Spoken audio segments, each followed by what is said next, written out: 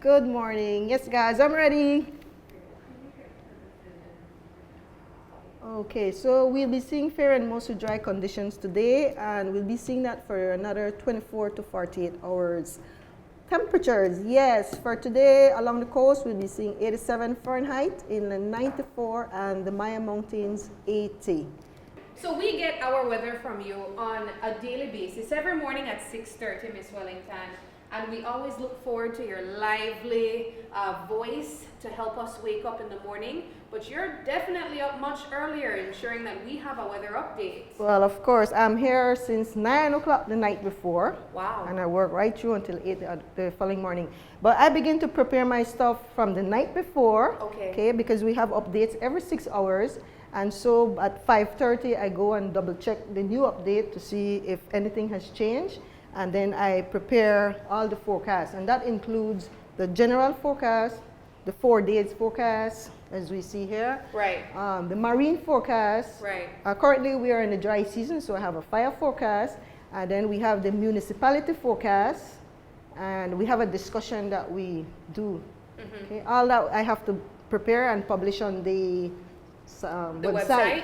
But I forgot about the aviation forecast. That is very important for the airport. We have to have that prepared by 5:30 because the airport opens at 6. And that deals with, I would say, low-level features, like from the surface up to 10,000 feet. That's where the local and domestic flights, they fly between these heights. So I have to give them wind speed, wind direction, temperatures, and then there is also a forecast that we prepare here for the aerodrome itself. It's called the terminal aerodrome forecast, specifically for the airport. And that is very important because all these international flights that come in, before the pilots even get in their planes, they have to check this forecast. And they have to check to see what the weather will be like at the airport. Because based on that, they make important decisions. Like, for example, during the rainy season when we are getting these thunderstorms, if we have thunderstorms forecast for the airport, they have to have options where they can land. For example, if they reach here and there's thunderstorms over the airport, we have different what we call alerts. Okay, and if we have alert 1, they cannot land. So they have to find options, probably Honduras or Cancun, and wait out until these storms move out of the way. So all of that is included in the aviation forecast. What is one key information that you would want our viewers to know that they rely on you guys to provide to us? Okay, without being conscious, they're always thinking about the weather. Even the housewife, the people who are planning trips, because the first thing that comes to mind, I wonder if it will rain today. Okay, and unconsciously, they will look somewhere for the weather. Okay, and so that's what is important. Even the domestic housewife, they want to know if it's going to rain, to hang their clothes on the line. Okay, so yes, we are important. My responsibility is to support the Chief Meteorologist as the Deputy Chief Meteorologist to help with the administration of the department. I am also the head of the Weather Analysis and Forecasting section that deals with the forecasters and with the weather observers. I was inspired by the fact that meteorology is a very intriguing science. There are a lot of unknowns, and just the mere fact that to be able to tell what the weather conditions would be like to inform the public of upcoming weather events, to me is really, really important. So I find that to be an essential part of my career. First and foremost, we have the observers, what we refer to as the weather observers. Their main task is to observe the current weather conditions outside, the type of clouds, the amount of rainfall that occurred when it rains, right? So they're the main persons. And then we have the weather forecasters, who are actually tasked with using that information to provide the forecast that I mentioned about before. Then we have the agroclimate section. They deal with collecting the data and primarily service the agriculture sector among other sectors that we have. And then we have our IT and our instrument technician section. They are very important as well because they help to maintain the instruments and to do the installation for automatic weather station networks. As a weather observer, my responsibilities entail collecting present weather conditions. For instance, I need to take readings from two thermometers here. You have the dry thermometer and you have the wet bulb thermometer. And with these two temperature readings that we gather, I would go upstairs and enter it into a calculator.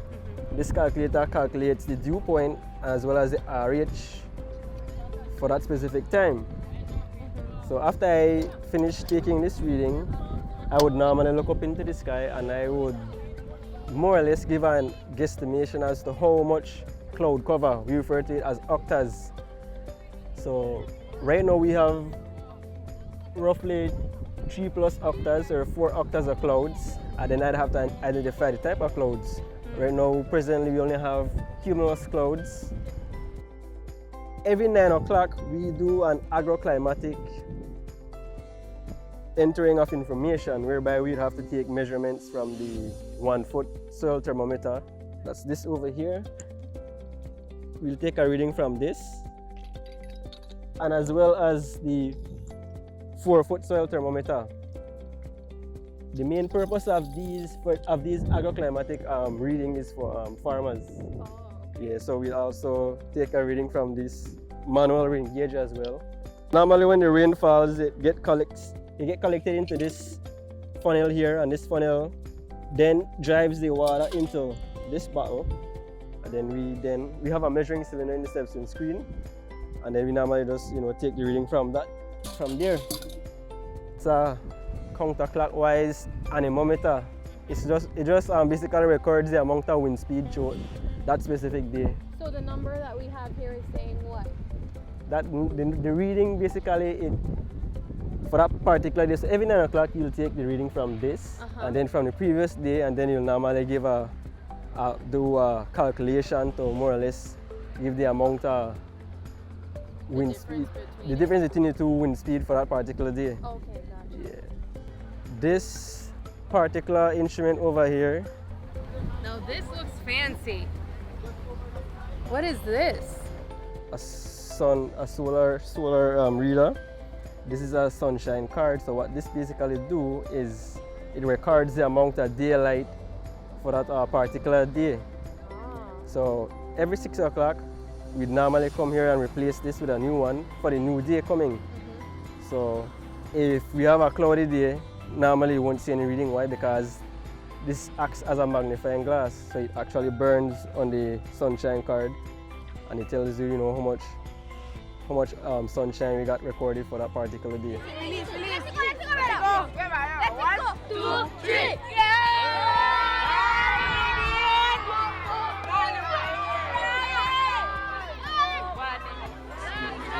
What just took place there? Basically, that's the release of the weather balloon. We have an instrument attached to the end of that called the radar sun. And the purpose of the radar sun is similar to what my role is as an observer, to collect weather conditions. But I collect weather conditions on the surface, while that collects weather conditions up in the atmosphere. Yeah, because you can't go all the way up there. For sure. Yeah. So how are you able to get the information from what that collects? Attached to that is a GPS, and that GPS sends the data to the antenna over here on this building here. So while it sends the information via that particular signal, we have it set up on our computer system upstairs that continuously runs for that entire period of the flight. Normally a flight lasts for an hour to 15 minutes, or hour and 15 minutes. Right. So you'll see all the different weather conditions up there display, what it may be, the temperature, the wind speed, Right. the pressure. And this takes place twice a day, 5 o'clock in the morning and 5 o'clock in the evening, correct? That's right. Okay.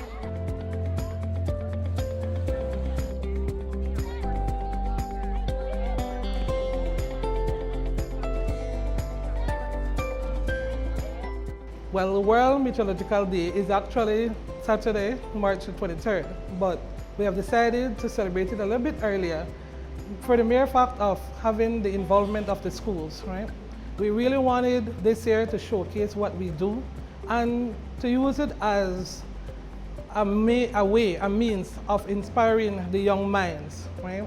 we have found that over the years that we have had less and less persons interested in meteorology. So we found it necessary to spark that interest, and so we decided that it would be good to have an open day, invite primarily the primary schools to come, see what we do, inform them how it could be possible for them to become a part of the team.